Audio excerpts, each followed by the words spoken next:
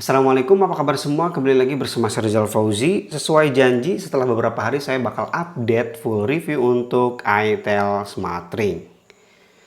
Di harga 300.000 di impresi pertama saya sangat terkesan ya, karena packagingnya yang sangat-sangat mantap. Yaitu kalau dibandingkan dengan beberapa SmartRing yang udah saya review. Jadi itel ring ini yang paling bagus. Dari mulai packaging box luar sampai ke box chargingnya atau charging case-nya. Saya udah pakai itel SmartRing ini kurang lebih 4 hari. Nah, gimana full review dari saya? Gimana kualitas sensornya? Gimana baterainya? Untuk urusan desain, build quality, dan juga material udah kita bahas semuanya di first impression. Jadi gak bakal kita ulang di sini. Kita bakal lebih fokus ke review gimana sensor dan juga daya tahan baterainya. Yang pertama, daya tahan baterai itel SmartRing ini cukup impresif. Saya bilang impresif karena SmartRing ini kan udah punya fitur all day heart rate monitoring. Bahkan all day-nya itu 5 menit sekali. Saya pakai seharian, bahkan dipakai tidur untuk pengetesan, SmartRing ini bisa bertahan kurang lebih 4 hari dan posisi sekarang di 18%. Itu saya bilang impresif ya karena tadi ya 5 menit sekali SmartRing ini bekerja untuk ngecek heart rate-nya. Yang kedua, pengecasan dari 0 sampai 100% waktu yang dibutuhkan itu kurang lebih 1 jam. Selanjutnya kita move on ke aplikasi. itel ring ini udah punya aplikasi sendiri dan nama aplikasinya pun itel ring. Bisa kamu download di App Store dan juga Play Store. Ada beberapa yang jadi concern saya untuk aplikasi itel ring ini. Yang pertama, tidak adanya fitur kepanjangan smartphone seperti remote kamera misalnya. Untuk kompetitornya di harga yang sama udah ada shake to take photo gitu ya.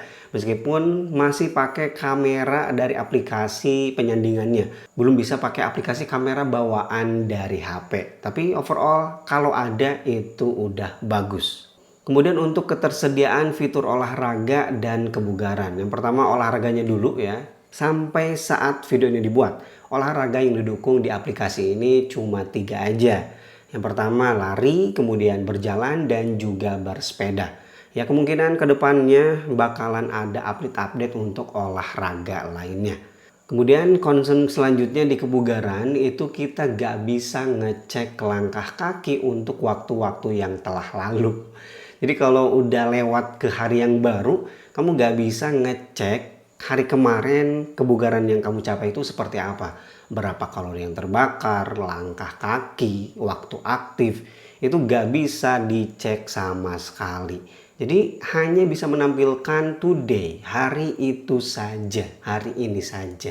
Fitur kayak gini tuh seolah sederhana, tapi menurut saya sangat penting, terutama bagi kamu yang sering-sering ngecek untuk bandingin ketercapaian kebugaran. Kemarin dapat berapa ya langkah kaki, kalori, sekarang dapat berapa. Nah, di sini sayangnya nggak bisa dicek karena langsung hilang. Sekarang kita move on ke pembahasan utama, yaitu gimana sih kualitas sensor dari itel ring ini yang harganya cuma 300 ribuan. Oke, langsung aja saya sajikan. Pada hari pertama pengetesan, saya bandingkan itel SmartRing ini dengan Huawei Watch GT5 untuk detak jantung dan juga kualitas tidur. Untuk rekaman detak jantung yang dicatat itel ring bisa dilihat di sini rentannya antara 46 sampai 112. Sedangkan di Huawei tercatat antara 44 sampai 114. Jadi kalau kita cuma lihat minimum dan maksimumnya, ya perbedaannya sangat minim, hanya 2 bpm saja. Tapi kalau kita lihat secara detail, kita perhatikan baik-baik, ada yang aneh. Saya ambil screenshot ini di sebelum Isya ya. Padahal dari maghrib, SmartRing dan juga Huawei GT5-nya gak saya pakai lagi. Tapi di itel tercatat ada rekaman detak jantung. Detak jantung siapa tuh? Ya kamu bisa lihat dengan data rekaman yang dicatat oleh Huawei GT5 sebelum jam 18 itu udah berhenti. Saya kira itu cuma error saja. Tapi sebelum kita bahas lebih lanjut soal heart rate sensornya, kita move on dulu ya di hari pertama untuk pengetesan sleep tracker. Ini juga saya kelupaan, untuk sleep tracker datanya juga gak bisa kita cek untuk hari-hari sebelumnya. Jadi hanya bisa menampilkan hari itu saja. Ini disayangkan. Rekaman pertama untuk pengetesan sleep tracker di itel ring, di situ tercatat tidur jam 23.22. Dengan beberapa kali saya terbangun. Tercatat ada 3 kali terbangun ya, sampai bangun subuh jam 4.17. Sedangkan di Huawei di sini ada perbedaan yang saya tuh nggak ada catatan terbangun sama sekali. Palingan cuma tidur REM. Tapi untuk data bangun subuhnya itu lumayan sama persis ya, di jam 4.16. Tadi itel jam 4.17. Nah, di pengetesan pelacakan tidur pertama ini juga sama ada keanehan. Di Huawei saya tidur tercatat itu dari jam 11.09. Sedangkan di itel baru tercatat saya tidur di jam 23.22. Jadi ada perbedaan pelacakan tidur kurang lebih 10-12 menit. Oke, kita move on ke hari kedua. Untuk hari kedua ini saya ganti device ya. Saya bandingkan dengan Amazfit Cheetah, tidak dengan Huawei GT5 lagi. Tapi ternyata kasusnya sama meskipun saya udah ganti wearable. Untuk kaca sensor misalnya di sini bisa dilihat antara jam 6 sampai zuhur itu ada pelepasan device. Untuk perbandingannya bisa dilihat di sini, sekitar jam 6 lebih atau jam 7 itu saya lepas smartwatch dan juga smart ringnya. Di Amazfit Cheetah di situ ada kosong karena memang beneran dilepas. Sedangkan di itel ring tetap ada rekaman heart rate sensor. Begitupun kalau kita cek untuk rekaman minimum dan maksimumnya juga berbeda jauh. Di itel antara 48 sampai 111 bpm. Sedangkan di Amazfit Cheetah antara 44 sampai 117 bpm. Nah, bahkan untuk catatan sleep trackernya lebih parah lagi nih di hari kedua. Jadwal rekaman saya itu kan malam, kurang lebih jam 10. Dan waktu itu saya harus ngambil rekaman untuk Advanced Smartwatch SR. Alhasil saya harus buka nih itel ringnya dan juga Amazfit Cheetahnya.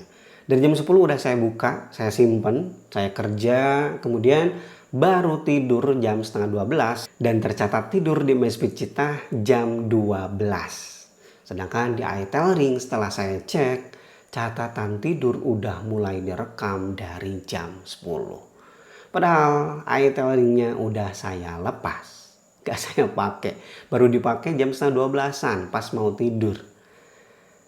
Ini aneh banget. Dan yang terakhir untuk di hari kedua saya mau ngasih lihat hasil rekaman pedometernya. itel ring kalau kita naik motor ternyata masih menghitung langkah. Gak begitu parah tapi cukup lumayan parah. Kamu lihat aja perbedaan rekaman pedometer antara Amazfit Cheetah dan juga itel ring ini. Di Amazfit tercatat 5.209 langkah dari pagi sampai malam. Sedangkan di itel ring tercatat sampai 9.855